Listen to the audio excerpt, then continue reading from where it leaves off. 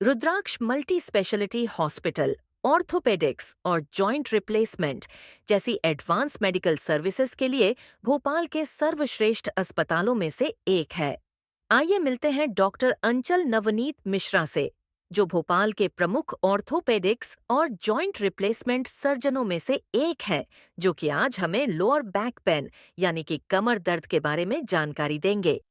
Myself, Dr. Anchal Navneet Mishra. I'm consultant orthopedics at Rudraksh Multi-Specialty Hospital, Kolar road, Bhopal. Rudraksh multi specialty hospital में सभी तरीके की specialties हैं, जैसे कि orthopaedics, medicine, general surgery, neuro surgery, paediatrics, obstetrics and gynaecology इत्यादि। यहाँ पर सभी तरीके के पेशेंट्स का इलाज आयुष्मान भारत और इंश्योरेंस के थ्रू किया जाता है। आइए आज हम ऑर्थोपेडिक्स में लो बैक एक के बारे में कुछ डिस्कशन करते हैं।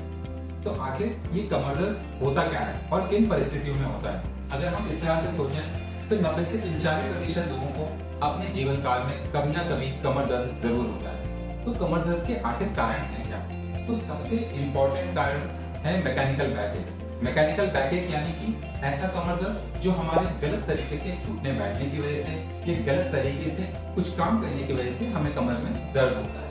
इसके अलावा कई बार कुछ कमर में चोट लग जाए या कभी कोई भारी वजन उठाने की वजह से अगर कमर की मांसपेशियों में थोड़ा खिंचाव आ जाता है तो उसकी वजह से भी कमर में दर्द हो जाता है। फिर दूसरे कारणों की अगर हम बात करते हैं तो वो आते हैं नॉन मैकेनिकल बैकएक। उसमें सबसे इम्पोर्टेंट, सबसे मेजर एक जो कारण है वो है प्रोलैप्स ऑफ इंटरवर्टिब्रल डिस्क। जैसे कि ये हमारी स्पाइन है, इसमें 33 हड्डियां हैं, 33 वर्टिब्रास, उनके बीच में ये आप जो स्ट्रक्चर देख रहे हैं जिसे हम डिस्क बोलते हैं।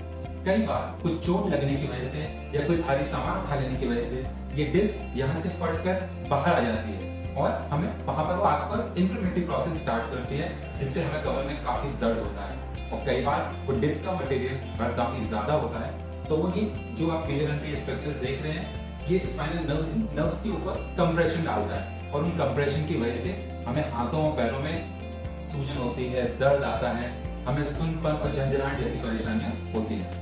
इसके अलावा कई बार जो दूसरे कारण है जैसे कि डिजेनरेटिव डिस्क डिजीज, जैसे कि हमारे बाल सफेद होते हैं उम्र के साथ, घुटने की हड्डियां घिस जाती हैं, इसी तरीके से कमर की हड्डियां भी घिसने लगती है, इनका लचीलापन हड्डियों का कम हो जाता है और उस वजह से कमर में तिरछापन आना शुरू हो जाता है और पेशेंट्स को कमर में काफी दर्द होता है। इसके अलावा भी काफी रीजन है, जैसे कि 60 से 70 साल की जो फीमेल है अगर वो घर पर गिर जाती है तो हमें ऑस्टियोपोरोटिक वर्टिब्रा के फ्रैक्चर्स हो जाते हैं। इसके साथ हमें ट्यूबरकुलोसिस हो सकता है स्पाइन में, या फिर जिसे हम पॉटस्पाइन बोलते हैं, या फिर किसी यंग पेशेंट में हाई वेलोसिटी इंजरी की वजह से उसको वर्टिब्रा में किसी न किसी में फ्रैक्चर हो गया हो।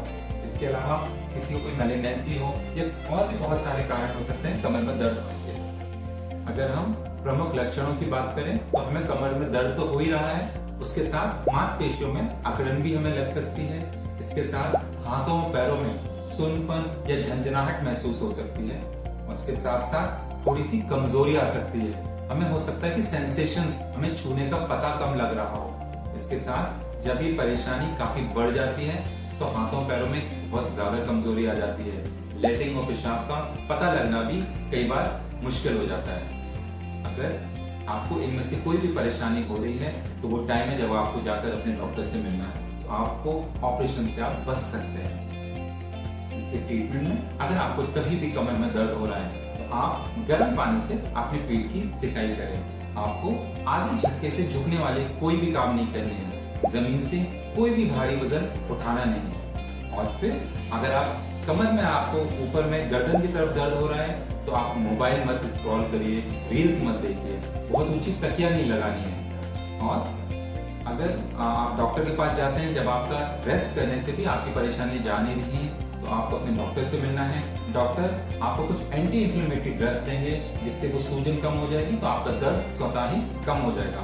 उसके साथ अगर आपकी नसों पर दबाव है तो डॉक्टर उसको उन नसों के दबाव को हटाने के लिए या उस दबाव को कम करने के लिए भी कुछ दवाएं आपको प्रिस्क्राइब कर सकते हैं। तो आपको भी अगर कमर में कैसा भी दर्द हो रहा है और जो 4 से 5 दिन आराम करने के बाद अगर आपका कमर का दर्द जा नहीं रहा है तो मैं आपको सलाह देता हूँ कि आप एक बार रुद्राक्ष मल्टी स्पेशलिटी हॉस्पिटल में आकर डॉक्टर को जरूर मिलें। Thank you so much.